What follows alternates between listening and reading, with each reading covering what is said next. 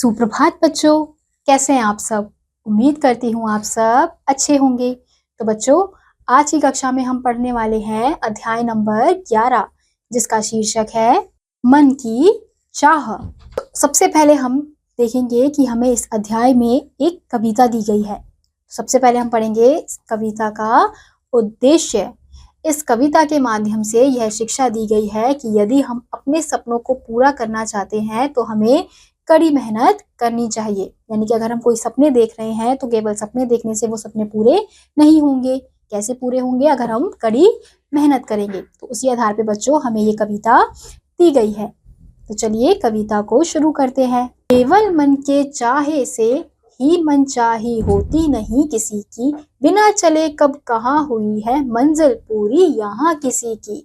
तो बच्चों, इस पंक्तियों में कवि कह रहे हैं कि केवल मन चाहे से ही, मतलब अगर हमारे मन ने कुछ करना चाहा तो केवल मन में चाहने से कोई भी चीज पूरी नहीं होती है। बिना चले कब कहाँ हुई है मंजिल पूरी यहाँ किसी की। यानी कि अगर हमें किसी मंजिल तक पहुंचना है तो हमें चलना जरूरी है। क्योंकि अगर हम मन ही मन में सोचेंगे कि हाँ हमें यहाँ तक जाना है, हमें वहां जाना है, लेकिन अगर हम चल नहीं रहे हैं, हम उसी स्थान पर खड़े हैं, तो उससे कोई फायदा नहीं है। हम अपनी मंजिल तक कभी पहुंच नहीं पाएंगे। तो इसलिए हमें क्या करना है? चलना जरूरी है। यानी कि मन की चाह को पूरा करने के लिए हमें आगे बढ़ना जरूरी है, कार्य करना जरूरी है। पर्वत की चोटी छूने को पर्वत पर चढ़ना पड़ता है, सागर से मोती लाने को गोता खाना ही पड़ता है।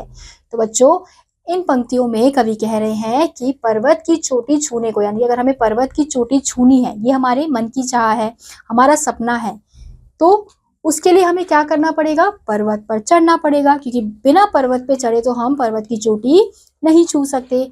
ऐसे ही दूसरा है, सागर से मोती लाने को गोता खाना ही पड़ता है। यानी कि अगर हमें सागर से मोती लाना है, ये हमारे मन की चाह है, तो हमें गोता यानी कि नदी में डुबकी लगानी ही पड़ेगी। बिना नदी में जाए तो हमें सागर से मोती नहीं मिलेगी। उद्यम किए बिना तो चींटी भी अपना घर बना न पाती, उद्यम किए बिना ना सिंह को भी अपना शिकार मिल पाता। तो बच्चों, इस पंक्ति में कवि कह रहे हैं कि उद्यम यानी कि मेहनत किए बिना तो चींटी भी अपना घर नहीं बना पाती है, और बिना मेहनत किए तो सिंह यानी कि जो शेर है वो भी अपना शिकार नहीं पाता है। यानी कि उसे भी शिकार नहीं मिलता है। चींटी भी क्या करती है? अपने घर को बनाने में मेहनत करती है। शेर भी क्या करता है? अपने भोजन के लिए, अपने शिकार के लिए मेहनत करता है, उसके पीछे भागता है। अगर वो बैठे बैठे ये सोचे कि शिकार मेरे पास खुद आ जाएगा, चींटी अगर ये सोचे कि मेरा घर खुद बन जाएगा, तो ऐसा कभी नहीं होगा। उसके लिए क्या करना पड़ता है?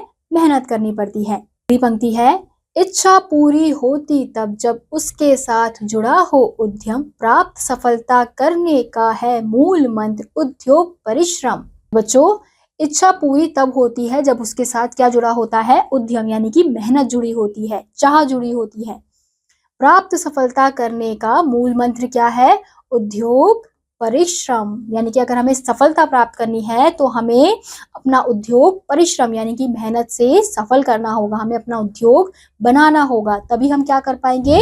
सफलता प्राप्त कर पाएंगे। अगर हम सिर्फ ये सोचेंगे कि हाँ हमें सफलता प्राप्त हो जाएगी घर में बैठे बैठे ऐसे ही, या हमारे मन में ही है कि हाँ हम सफलता प्राप्त कर लेंगे, लेकिन हम कुछ नहीं कर रहे हैं, मेहनत नहीं कर रहे हैं, कुछ उद्योग नहीं कर रहे हैं, तो हमें सफलता कभी प्राप्त नहीं होगी। तो इसलिए हमें सफलता प्राप्त करने के लिए कौन सा मंत्र अपनाना जरूरी है? उद्योग परिश्रम यानी कि मेहनत। तो बच्चों, इस कविता के माध्यम से कवि ने हमें यह बताने का प्रयास किया है कि हमें केवल ये नहीं सोचना है कि हाँ हम बड़े आदमी बन जाएंगे, हम ये कर लेंगे, हम वो कर लेंगे। सिर्फ मन की चाह मन में रखने से वो काम कभी पूरा नहीं होगा, वो कार्य कभी होगा ही नहीं। वो कार्य कब पूरा होगा? जब आप मेहनत करेंगे, वो चीज करके दिखाएंगे। तो इसी के साथ बच्चों आज का यह अध्याय यहीं समाप्त होता है। उम्मीद करती हूँ आपको यह अध्याय समझ आया होगा। मैं आपसे मिलूंगी अगली कक्षा में। तब तक के लिए आप सभी बच्चे पढ़ते रहिए और खुश रहिए। बाय।